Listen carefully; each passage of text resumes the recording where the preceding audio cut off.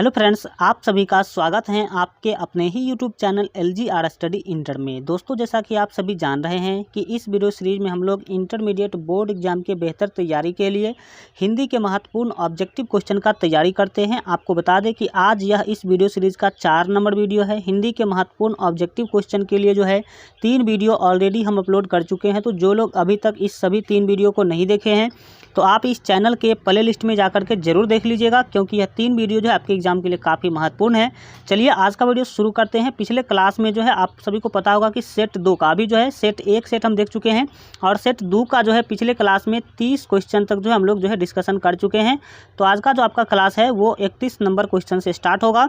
तो जो लोग अभी तक वीडियो को लाइक नहीं किए हैं तो वीडियो को जो है जल्द से लाइक कर दीजिए। और इंटरमीडिएट बोर्ड एग्जाम के बेहतर तैयारी के लिए अगर अभी तक आप हमारे मोबाइल ऐप को डाउनलोड नहीं किए हैं तो इस वीडियो के डिस्क्रिप्शन बॉक्स में आपको मोबाइल ऐप का जो है लिंक मिल जाएगा, वहाँ से ज़रूर डाउनलोड कर लीजिएगा।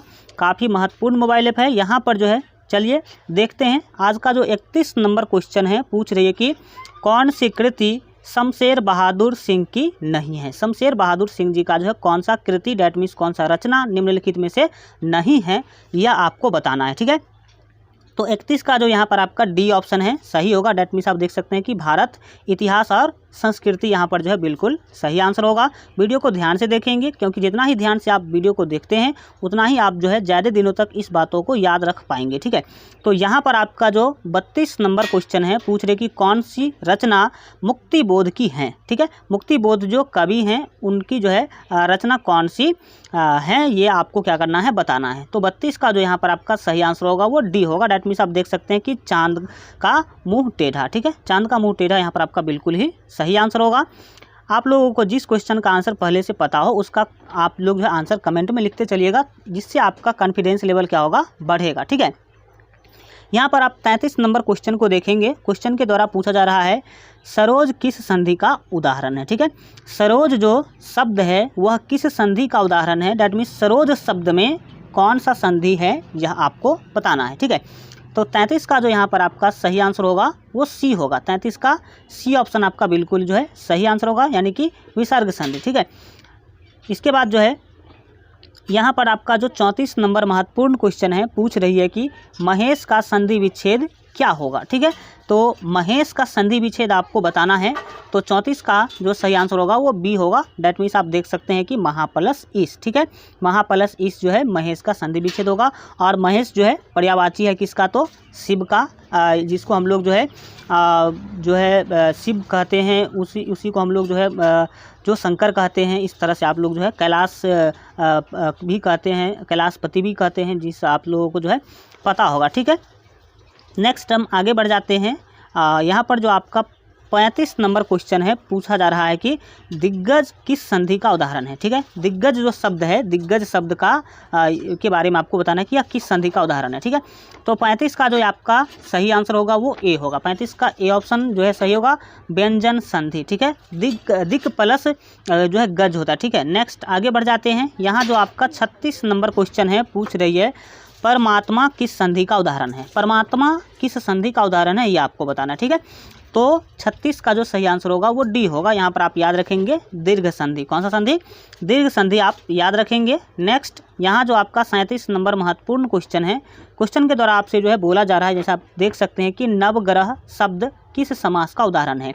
नवग्रह शब्द जो है वह किस समास का उदाहरण है यह आपको बताना है। ठीक है, तो 37 का जो आपका सही आंसर हो जाएगा वो ए होगा। ठीक है, द्विगु समास। कौन सा समास, द्विगु समास का उदाहरण है, यह आप याद रखेंगे। नवग्रह में आप सभी को पता होगा कि 9 ग्रह, ठीक है, 9 ग्रह जो है हमारे ब्रह्मांड में उसको नवग्रह बोलते हैं।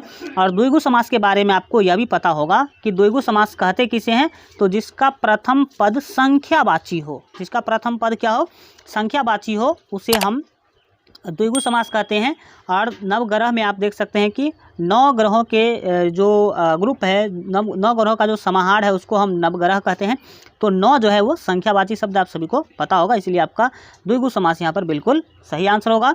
नेक्स्ट यहाँ जो आपका 38 नंबर क्वेश्चन है पूछा जा रहा है कि अधिकरण तत्पुरुष में, अधिकरण तत्पुरुष जो है वो उसमें क्या होता है। ठीक है, तो आप अगर पढ़े होंगे तो आपको पता होगा। यहाँ 38 का जो आपका सही आंसर होगा वो दोस्तों आपका बी होगा। अर्थ इसका बी ऑप्शन सही होगा, यानी कि दूसरा पद का प्रधान होता है। इसमें जो अब जो अधिकरण जो आपका तत्पुरुष होता है उसमें दूसरा पद क्या होता है, प्रधान होता है। ठीक है, जैसे अगर अधिकरण का अगर उदाहरण देखा जाए तो आप याद रखेंगे जो आप अधिकरण का जो देखा जाए विभक्ति चिन्ह, तो आपको पता होगा कि अधिकरण में पर। ठीक है, अधिकरण में पर जैसे टेबल पर जो है किताब रखी है, तो किताब कहाँ है, टेबल पर है, तो यहाँ पर जो है आपका प्रधान कौन है, तो दूसरा पद मतलब किताब जो है आपका क्या होगा, प्रधान होगा। तो दूसरा पद इसमें प्रधान होता है। इसका जो विभक्ति चिन्ह होता है वो होता है में या नहीं तो पर। ठीक है, आगे बढ़ते हैं। यहाँ पर आपका जो 39 नंबर क्वेश्चन है पूछ रही है चतुरानन होगा, यहाँ पर आप याद रखेंगे चतुरानन होगा, चतुरातन नहीं है। यहाँ पर आपका टाइपिंग मिस्टेक समझ सकते हैं।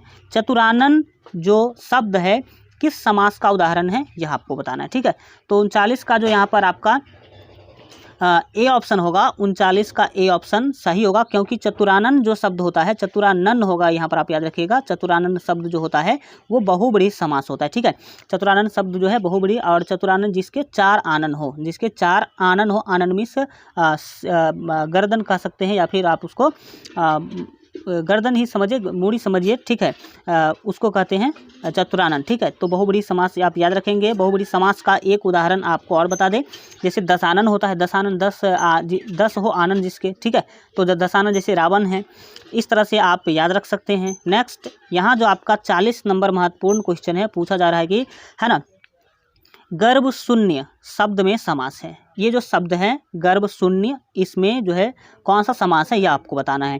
तो 40 का जो सही आंसर होगा, 40 का बी ऑप्शन आपका सही हो जाएगा। यहाँ पर आप देख सकते हैं कि करण तत्पुरुष, कौन सा, तो करण तत्पुरुष आपका बिल्कुल सही आंसर होगा।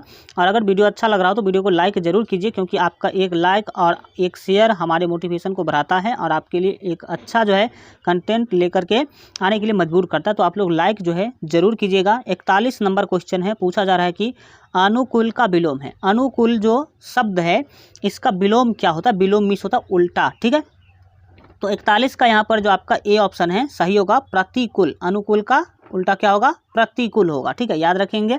नेक्स्ट, जो यहाँ पर आपका 42 नंबर क्वेश्चन है, ध्यान से देखेंगे, गणेश का विलोम है, सॉरी श्री गणेश का विलोम है।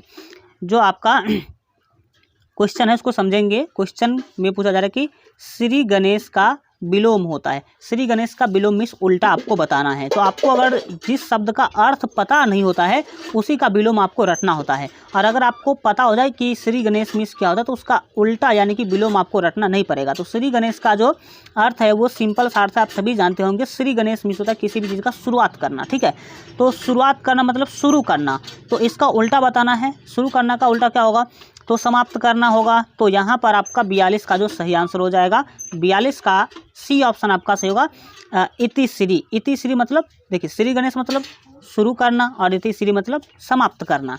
इस तरह से आप याद रख सकते हैं। 42 के बाद बढ़ते हैं, यहाँ पर 43 नंबर क्वेश्चन को देखते हैं, ध्यान लगाएंगे। 43 नंबर क्वेश्चन जो है काफ़ी महत्वपूर्ण है, हल्का हम आ जाते हैं ऊपर। ठीक है, चलिए 43 नंबर क्वेश्चन को आप लोग भी ध्यान से देखेंगे। पूछा जा रहा है कि अमूर्त का विलोम है, अमूर्त का विलोम क्या होगा। तो 43 का यहाँ पर आपका जो ए ऑप्शन है, 43 का ए ऑप्शन से होगा मूर्त। इसका क्या होगा, मूर्त, यहाँ पर आपका ऑप्शन सही हो जाएगा। ठीक है, नेक्स्ट आप देखेंगे 44 नंबर क्वेश्चन को, पूछा जा रहा है कि मानव का विलोम है। ठीक है, मानव का विलोम आपको क्या करना है, बताना है। तो 44 का क्या होगा, 44 का आपका जो सही आंसर होगा वो बी होगा। डैट मीन्स मानव का सिंपल सी बातें हैं, क्या होगा, दानव होगा। क्या होगा, दानव होगा। आप याद रखेंगे। हम लोग अभी मिक्स टाइप से क्वेश्चन कर रहे हैं, कुछ क्वेश्चन बुक का भी है, कुछ क्वेश्चन आपका जो है ग्रामर से भी है, मतलब मॉडल पेपर टाइप से भी हम लोग तैयारी कर रहे हैं। ठीक है, इससे आपको पता चलेगा कि आखिर आपके एग्जाम में किस टाइप के क्वेश्चन पूछे जाते हैं, किस तरह से क्वेश्चन पूछे जाते हैं। तो आपको लेवल पता चल पाएगा, और फिर आगे हम चैप्टर वाइज भी देखेंगे, टेंशन लेने की जरूरत नहीं है। ठीक है, 45 नंबर क्वेश्चन को देखेंगे। निम्नलिखित में कृत प्रत्यय होगा। ठीक है, कृत प्रत्यय कौन सा है यह आपको बताना है। ठीक है, तो 45 का ए ऑप्शन आपका सही होगा, जो है बचत। बचत यहाँ पर आपका बिल्कुल सही आंसर होगा। नेक्स्ट 46 नंबर क्वेश्चन है, पूछ रहे कि इनमें से एक प्रत्यय नहीं है। ठीक है, इनमें से एक प्रत्यय नहीं है, मतलब 4 जो ऑप्शन दिया गया है इसमें से कौन जो शब्द है वो प्रत्यय नहीं है, यह आपको बताना है। ठीक है, तो 46 का आप आंसर जो है याद रखेंगे डी होगा, क्योंकि अनु जो शब्द होता है वो प्रत्यय नहीं है, यह है उपसर्ग। ठीक है, प्रत्यय जो होता है वो किसी शब्द के लास्ट में जोड़ा जाता है और उपसर्ग जो है वो पहले जोड़ा जाता है। बाकी ये जो 3 है ये प्रत्यय हैं जिसको हम लास्ट में जोड़ सकते हैं किसी भी शब्द के लास्ट में, लेकिन अनु जो शब्द है, अनु जो शब्द है इसको हम किसी भी शब्द के जो है शुरू में जोड़ते हैं, इसीलिए इसको जो है उपसर्ग बोला जाता है। और इससे हम एक शब्द बनाना चाहे तो आप इस तरह से देख सकते हैं कि अनु में जैसे आप क्या करेंगे, राग जोड़ेंगे। क्या जोड़ेंगे? राग शब्द, तो क्या बनेगा? अनुराग बनेगा। ठीक है, अनु प्लस राग क्या होगा? अनुराग बनेगा। तो अनुराग जो बना, ठीक है, अनुराग, अनुराग जो शब्द बना वो उसमें वो कैसे बना? तो राग में अनु जोड़ करके बना, तो अनुराग इस तरह समझ सकते हैं ये उपसर्ग है, यह प्रत्यय नहीं है। इस तरह से आप क्लियरली समझेंगे। चलिए 47 नंबर क्वेश्चन को देखिए, काफ़ी महत्वपूर्ण है। क्वेश्चन के द्वारा पूछा जा रहा है कि निम्नलिखित में स्त्री प्रत्यय होगा, स्त्री प्रत्यय कौन सा होगा बताना है। तो 47 का जो यहाँ पर आपका जो है सही आंसर होगा वो डी होगा। 47 का डी ऑप्शन होगा, यानी कि याचिका यहाँ पर आपका बिल्कुल ही सही आंसर होगा। नेक्स्ट यहाँ जो आपका 48 नंबर क्वेश्चन है, ध्यान से देखेंगे, काफ़ी महत्वपूर्ण क्वेश्चन है। पूछा जा रहा है कि निम्नलिखित में से कौन सा शब्द प्रत्यय से बना है, कौन सा शब्द है वो प्रत्यय जोड़ने से बना है, यह आपको बताना है। तो 48 का यहाँ पर आपका बी ऑप्शन सही होगा। यहाँ पर आप देख सकते हैं कीप दान, जब कीप शब्द में आप दान जोड़ेंगे तो बनेगा कीप दान। तो इसमें कौन सा प्रत्यय है? दान प्रत्यय लगा हुआ है। कौन सा प्रत्यय? दान प्रत्यय। ठीक है, यहाँ पर देखेंगे 49 नंबर क्वेश्चन को बोला जा रहा है कि वारिद का पर्यायवाची है। ठीक है, तो वारिद का पर्यायवाची आपको बताना है। तो 49 का यहाँ पर आपका डी ऑप्शन सही होगा, बादल। वारिद मीन्स क्या होगा? तो उसका जो पर्यायवाची होगा वो क्या होगा? बादल होगा, याद रखेंगे। ठीक है, 50 नंबर क्वेश्चन को देखिए, पूछा जा रहा है कि पति का पर्यायवाची नहीं है, पति का पर्यायवाची नहीं, कौन सा नहीं है पति शब्द का? तो 50 का यहाँ पर आपका सी ऑप्शन जो है सही होगा, यानी कि भारवा। ठीक है, याद रखेंगे। नेक्स्ट 51 नंबर क्वेश्चन को देखेंगे, अमीय का पर्यायवाची है। अमीय जो शब्द है उसका पर्यायवाची आपको बताना है, जिसमें समानार्थक शब्द भी इसको बोलते हैं, एक आर्थक शब्द भी बोलते हैं इसी को। तो 51 का यहाँ पर आपका बी ऑप्शन से होगा, यानी कि सुधा। ठीक है, 2 बार लिया गया है, आप समझ सकते हैं दोनों सेम चीज़ ही है। सुधा यहाँ पर आपका बिल्कुल सही आंसर होगा। ठीक है, 52 नंबर क्वेश्चन को देखिए, पूछा जा रहा है कि उड़न छू होना मुहावरा का अर्थ जो है होगा, मुहावरा का क्या अर्थ होगा? ये जो मुहावरा है उड़नछू होना, इसका अर्थ आपको बताना है। तो 52 का जो यहाँ पर आपका सही आंसर हो जाएगा वो यहाँ पर आपका बी हो जाएगा। 52 का बी ऑप्शन, संकट देखकर भागना। ठीक है, नेक्स्ट 53 नंबर क्वेश्चन है कि कन्नी काटना का अर्थ है। तो 53 का जो आपका सही आंसर होगा वो डी होगा।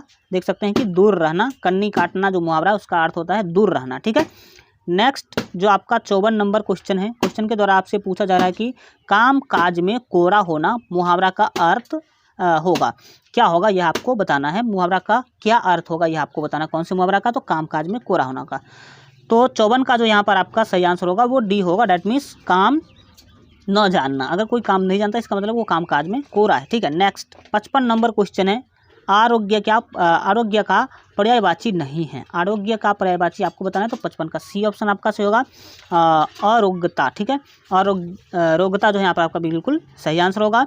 नेक्स्ट 56 नंबर क्वेश्चन है कि अतनु, ठीक है, अतनु का पर्यायवाची है। अतनु का पर्यायवाची आपको बताना है। तो 56 का जो यहाँ पर आपका डी ऑप्शन है बिल्कुल ही सही हो जाएगा, बसंत। 56 का डी ऑप्शन बसंत आपका बिल्कुल ही सही हो जाएगा। आगे बढ़ते हैं, 57 नंबर क्वेश्चन को देखेंगे। पूछा जा रहा है कि अनिल का पर्यायवाची है। तो 57 का जो आपका सही आंसर होगा वो सी होगा। 57 का सी ऑप्शन आपका बिल्कुल सही होगा, पवन। अनिल का शब्द पर्यायवाची क्या होता है? तो पवन, आप याद रखेंगे। नेक्स्ट 58 नंबर क्वेश्चन है कि निर्वाह में कौन सा उपसर्ग है। ठीक है, तो 58 का जो यहाँ पर आपका सही आंसर होगा वो सी होगा, डैट मीन्स आप देख सकते हैं कि निर कौन सा उपसर्ग है? तो निर। जब आप वाह शब्द में, किस शब्द में? वाह शब्द में उपसर्ग लगाते हैं, कौन? निर, तो क्या बनता है? निर्वाह बनता है। इस तरह से भी आप याद रख सकते हैं। नेक्स्ट 59 जो आपका क्वेश्चन है, यहाँ पर आप ध्यान से देखेंगे। क्वेश्चन के द्वारा पूछा जा रहा है कि जो आपका जो शब्द एक दिया गया है गमन, गमन शब्द को यहाँ पर आपको बताना है कि गमन शब्द का होना चाहिए। गमन शब्द का विपरीतार्थक बनाने के लिए, ठीक है, गमन शब्द को विपरीतार्थक बनाने के लिए यहाँ पर आपको बताना है कि आप किस उपसर्ग का प्रयोग करेंगे। गमन जो शब्द है, इस शब्द को आपको क्या करना, इसका विपरीत बनाना है। तो इसमें कौन सा उपसर्ग क्या करेंगे? जोड़ेंगे। ठीक है, तो गमन मिस होता है, गमन मिस होता है जाना।